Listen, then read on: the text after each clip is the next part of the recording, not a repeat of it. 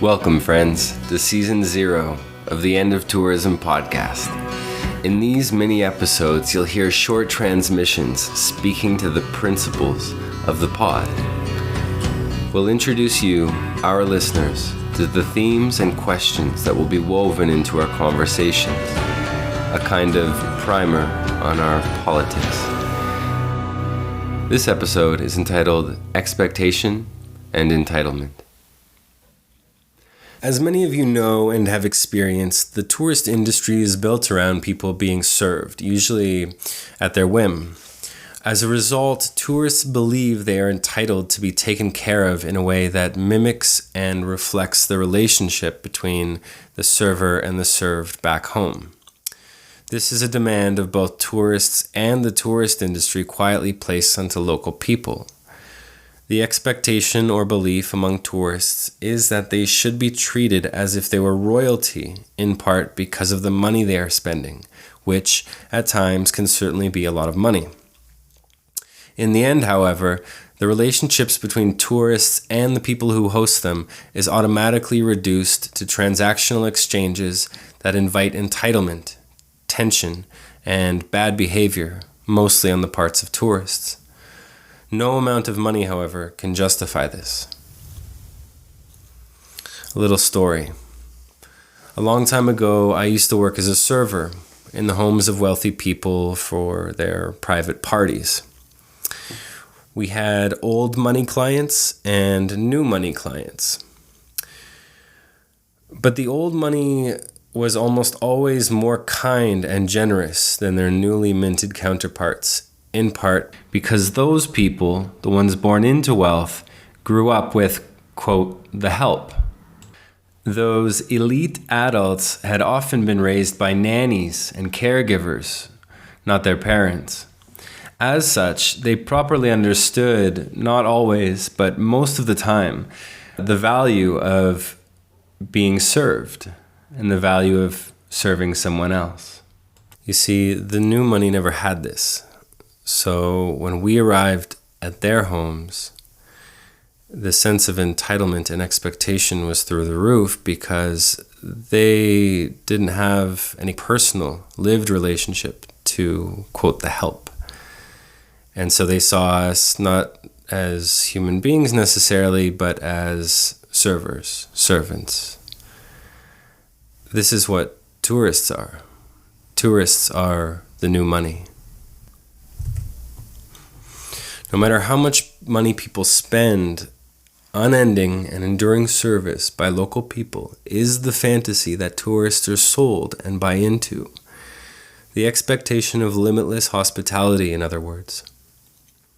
Tourism reproduces the old colonial ideas of local people serving affluent foreigners or colonizers. Whether people see it this way or not, this is the sought and sold expectation that tourism perpetuates. The capacity to not see it is also really important. It points to an understanding that this is both a cultural inheritance and something that most tourists are unaware of.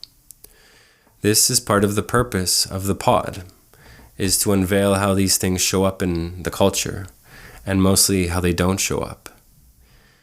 It is an attempt to braille the story so it can be told anew, afresh, alit with the parts that were previously left out. It is difficult for tourists to be fully aware of their own behavior, of the cultural baggage they bring with them on vacation, but it can be glaringly obvious to locals in tourist towns. This behavior arrives on foreign shores because it is both practiced and to some degree accepted back home. For people who can afford a vacation, they often settle for a single week out of 52, assuming that they're given the time off from work. That's just 2% of their year dedicated to, quote, leisure. Depending on the country, the laws, and the relative wealth, some workers are granted more vacation time. Whether they use it to vacation is another story. However, the vast majority of the world's people do not have, quote, vacation time. In most instances, the notion of time off, or leisure as it is known in the West, is often unknown, if not unimaginable, elsewhere. But for Western people, that 1 week is an opportunity to be finally tended to, instead of always tending to something or someone else. I'll give you an example. When I was younger, I went out with a group of friends for dinner at a restaurant. We were all restaurant staff on our day off. That evening, one friend got increasingly upset with her own server. It was a little shocking, to be honest, so I asked her what her problem was. She responded by saying, quote, "All week long I serve people. Today is my day off and my turn to be served." That, my friends, was her answer. Her sad justification for treating someone like garbage, for extending the consequences of entitlement and bullshit outwards. Whether people intend to do this or not is besides the fact, because it happens, and overseas, in foreign lands, in tourist towns, it happens all the time. There is an expectation not only of being served, not only of how people are to be served, but that anything less is reason to undermine their very livelihoods. Now, most people would call that overblown, but in a customer service world, this happens everywhere, without anyone wondering what the consequences are to the lives of those on the receiving end of such entitlement. Another example. Recently, there was a video of a couple of bloggers who went searching for a town to live in. From town to town they searched, documenting the process online as they went. In one particular city, they criticized local waiters for not thanking them for their tips. They criticized places for having street art on the walls, and on and on. The notion is that if a place doesn't work for you, it doesn't work, period. That it's not worthy of your endorsement, as if these places exist for your fucking endorsement. Now, I want to be clear that the pod is not, quote, against tourists. While tourists are most often unaware of their bad behavior, as people of deep consequence in foreign lands, little in the way of awareness, honor, humility, or change is served up by our willingness to point the finger, and nothing else. Like cancellation campaigns, like shitposting, and anti-intellectual fodder espoused by fragmented and hostile online worlds, people inherit what they know not, tourists and their local hosts included.